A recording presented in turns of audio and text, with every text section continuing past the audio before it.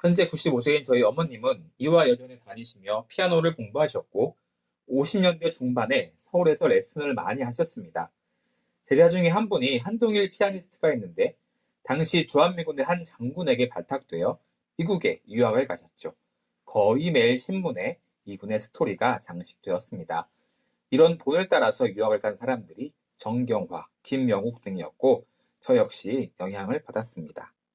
첫째로는 제 어머님의 은사님이신 이해내 교수님입니다. 1920년도에 베를린에 유학을 가신 분이죠. 이분이 원칙적이고 근본적인 것을 추구하는 독일에서 피아노를 엄격하게 훈련받았기에 저 역시 이런 스승들의 영향을 받았습니다. 두 번째는 줄리어드 음대 교수였던 사샤 고로드니츠키 선생님입니다. 이분 역시 기본에 충실할 것을 주문하셨고 나아가 제 자신이 자신의 스승이 되어야 한다는 것을 가르쳐 주셨습니다.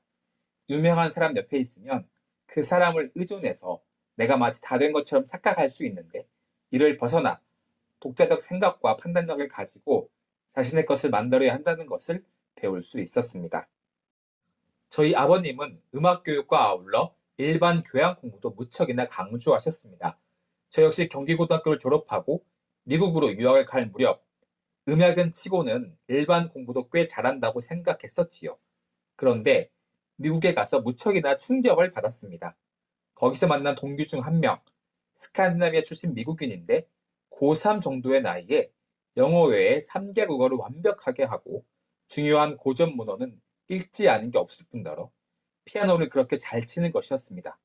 저는 정말 게임이 안 되었습니다. 그래서 뒤늦게라도 보강하자 결심하고 더 열심히 책도 읽고 그 친구를 따라다니며 배우려고 애썼습니다.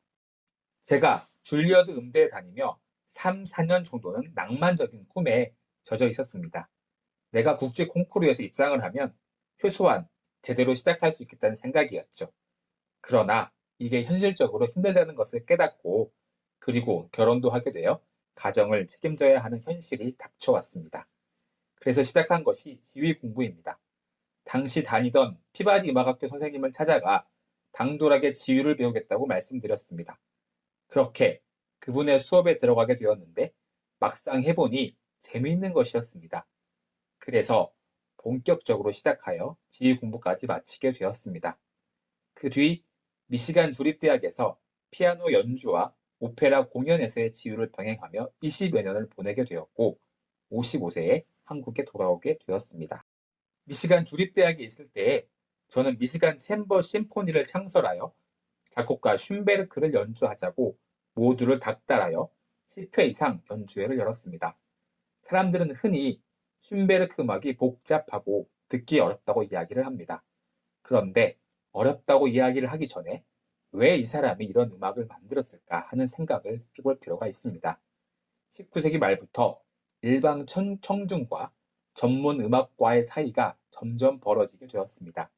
그 전까지는 일반인들이 음악을 공부하고 심지어 베토벤의 신작 소나타 발표에서는 지난번 연주와 어떤 점이 다르다는 사실을 알아차릴 정도였으니까요. 그리고 음악에 대한 토론도 주요 관심사였습니다. 그런데 브람스, 말러, 그리고 특히 음악을 토탈 예술로 승화시킨 바그너의 음악은 점점 더 규모가 커지고 전문화되어 갔습니다.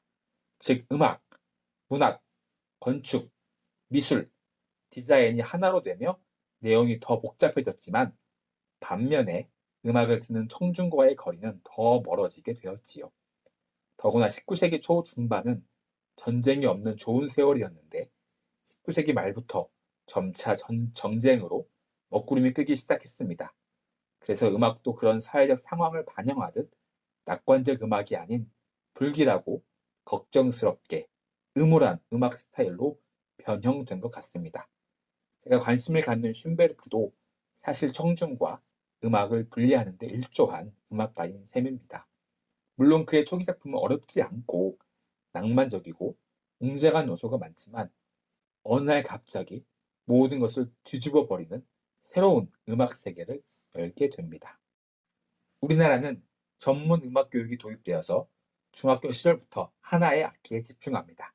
그래서인지 요즘 학생들과 대화하기가 어렵습니다.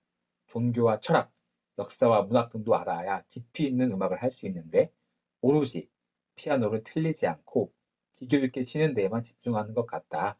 안타깝습니다.